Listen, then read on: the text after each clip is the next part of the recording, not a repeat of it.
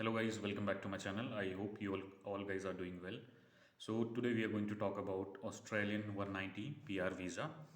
जी हाँ दोस्तों, आज हम बात करने जा रहे हैं ऑस्ट्रेलिया की 190 जो सब क्लास है परमानेंट रेसिडेंसी वीज़ा के लिए। अभी इसकी एप्लीकेशन आ रखी है, जैसे आप देख सकते हैं। अभी इनविटेशन जो यहाँ की गवर्नमेंट है उसने अभी इनवाइट कर रखे हैं एप्लीकेंट्स। तो 190 वीज़ा के लिए अभी एप्लीकेशन इनविटेशन राउंड हो रहा है, जिसमें ऑनशोर वाले कैंडिडेट भी अप्लाई कर सकते हैं जो वहाँ पर को रह रहे हैं, अभी वर्क कर रहे हैं। Those who are already working over that from last 3 or 4 months 4 years, they can also apply for the same. And the candidate who are from offshore location like India or some other country, they can also apply for the same visa. जी हाँ दोस्तों, अभी जो main requirement है इनकी, अभी जिसमें जिसमें इन लोग जैसे आप चेक कर सकते हैं कि प्रोसेसिंग टाइम यहाँ पर मेंशन किया गया।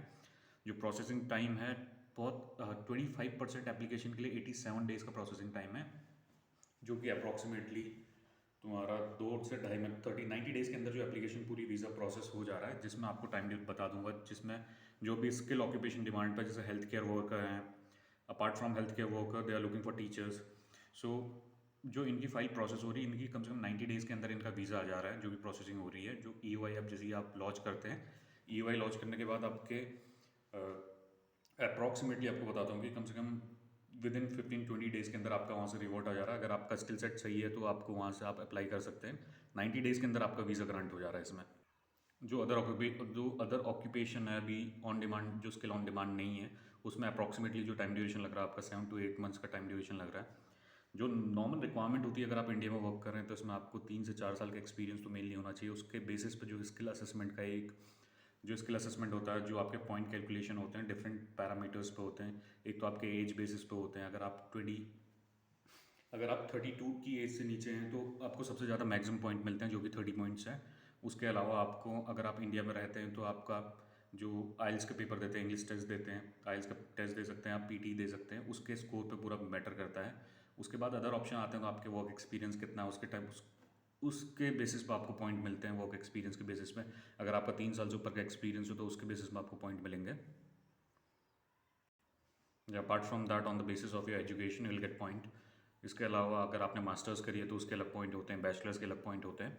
और अगर आप अभी जो इसमें जो मेन रिक्वायरमेंट है, इसमें हेल्थ केयर वर्कर और जो टीचर्स हैं, इन लोग अगर ये लोग फाइल अपनी लगा रहे हैं तो इसमें बहुत जल्दी इनका रिजल्ट आ रहा है और इसकी रिक्वायरमेंट है तो बहुत जल्दी प्रोसेस हो रहे हैं वीज़ा। अगर आप अब वहाँ रहते हैं, पर्टिकुलर ऑस्ट्रेलिया में रह रहे हैं, तो मेनली अभी जो रिक्वायरमेंट है 190 वीज़ा मेलबर्न लोकेशन के लिए। ये जो विक्टोरिया है, विक्टोरिया में अभी 190 का प्रोसेस कर रहे हैं। इनविटेशन अभी इनवाइट कर रखे हैं एप्लीकेंट्स मेलबर्न लोकेशन के लिए, जो विक्टोरिया है, विक्टोरिया के लिए। अगर आप न्यू साउथ वेल और कहीं और रहते हो तो तभी आपके लिए, जो वहाँ के जो भी लोग candidates and employ are already working there, जैसे जो स्टूडेंट होते हैं, वो लोग कहीं पर वर्क वीज़ा मिलता है 2-3 साल से, अगर वो काम कर रहे हैं तो वो लोग अभी अगर वो विक्टोरिया लोकेशन पे हैं तो तभी वो अप्लाई कर सकते हैं। अगर विक्टोरिया में रह के भी कहीं, जैसे उनका एम्प्लॉयर वहाँ का बेस्ड नहीं है, अगर एम्प्लॉयर वहाँ वो जो आपका ऑफिस लोकेशन है वो न्यू साउथ वेल में, तो आप अप्लाई नहीं कर सकते। जो आपका एम्प्लॉयर है उसका एक ऑफिस मेलबर्न लोकेशन पे या विक्टोरिया के अंदर होना चाहिए, तभी आप ये फाइल कर सकते हैं। और जो इंडिया के बाहर के लोग हैं, अगर वो अप्लाई कर रहे हैं तो उनका कोई इशू नहीं है। और अगर उनका वहाँ से रिजल्ट आ जाता है और वो नॉमिनेट कर दिया जाता है तो उनको वो विक्टोरिया रीजन में मूव कर सकते हैं। 90 डेज़ के अंदर आपका वीज़ा प्रोसेस हो जाएगा इस केस में। अभी जो स्किल ऑक्यूपेशन लिस्ट है उसमें आपको बता देता हूँ क्या क्या रिक्वायरमेंट है अभी। अभी इसमें ये लोग हेल्थ केयर वर्कर को ज़्यादा प्रायोरिटी दे रहे हैं। उसके अलावा जो अकोमोडेशन हॉस्पिटैलिटी मैनेजर है, बी एस के अंदर आता है। और अकाउंटेंट की रिक्वायरमेंट है इसमें। एक्टर की रिक्वायरमेंट इन लोगों ने मेंशन किया है, actor, dancer, entertainer.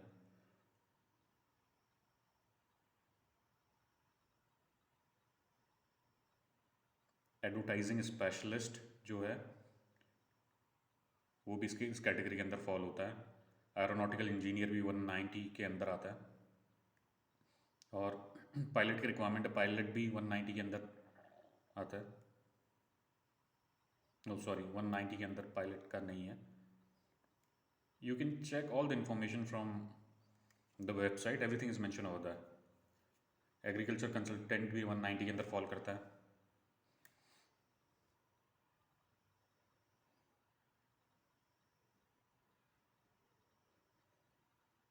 Agriculture scientist भी इसके अंदर पोजीशन फॉल करती है।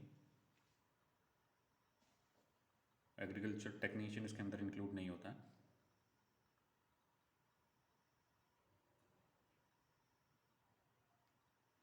वन 90 के अंदर एयरक्राफ्ट मेंटेनेंस इंजीनियर भी है। पर ये जो प्रोफाइल हैं इसमें अगर आप अपनी फाइल लिंक करेंगे तो इसमें बहुत ज़्यादा टाइम ड्यूरेशन लग जाएगा आपका। उन लोगों ने इनविटेशन अभी अप्लाई तो कर रखे हैं, पर जो टाइम ड्यूरेशन होगा इनके लिए मेरे को लगता है कि थोड़ा ज़्यादा होगा। आपको 90, जैसे अभी जो हेल्थ केयर वर्कर हैं और टीचर वाली प्रोफाइल है, इसमें तो 90 डेज़ के अंदर आपका इमीडिएट बेसिस पे इसमें एक्शन लिया जा रहा है और इसकी रिक्वायरमेंट है तो जल्दी प्रोसेस कर दे रहे हैं। जो अदर ऑक्यूपेशन है जैसे वो उनकी लिस्ट में फॉल करती हैं, तो इसमें ऐसा नहीं है कि उनको इमीडिएट बेसिस पे उनका वहाँ से उनका फाइल है सारा प्रोसेसिंग हो जाएगा। उसमें नॉर्मली टाइम लग सकता है, 1 साल का टाइम भी लग सकता है, 6 महीने का टाइम भी लग सकता है। जो time duration is between 3 months to 1 year।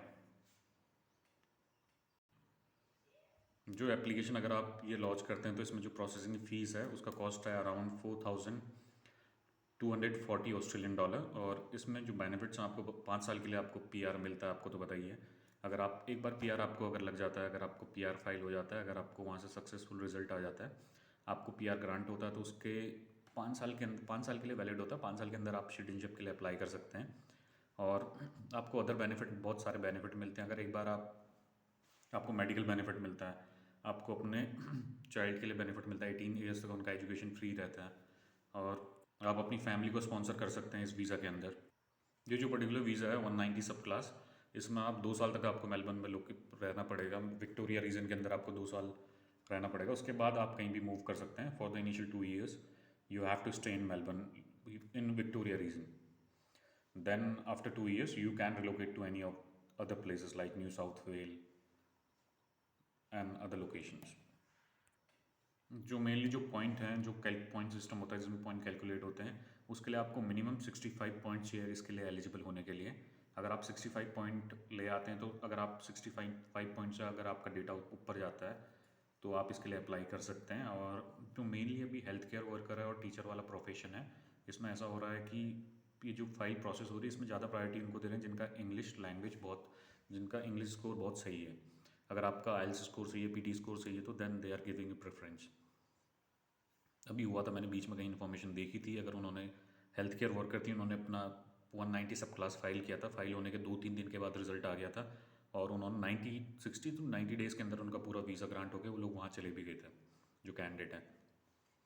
अभी राइट टाइम है, आप अप्लाई कर सकते हैं। मई अप्रैल तक, मई जून तक का क्या पता फिर इनविटेशन बंद कर दें। ये जो प्रोसेस है अभी, जो इनविटेशन जो रिक्वायरमेंट है वो फुलफिल हो जाए और उसके बाद ही बंद कर दें, ऐसा हो सकता है। This is the right time to apply for this subclass 190। Thank you guys, that's all from mind.